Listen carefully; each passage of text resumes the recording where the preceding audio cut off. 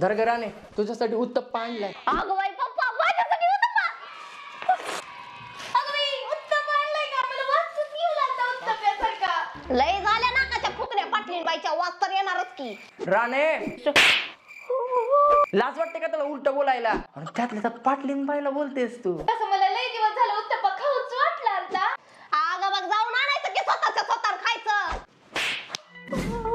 राणे अक्कल का तुला? घ्याव पाटलीन बाई तुम्ही.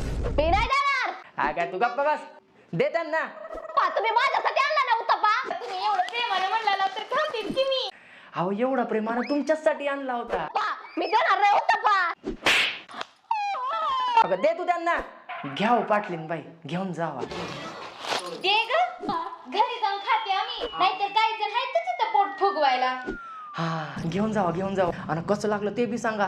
तुमच्याकडे माझा नंबर आहेच की. फोन करूनच सांगा तुम्ही डायरेक्ट. बरं सांगते.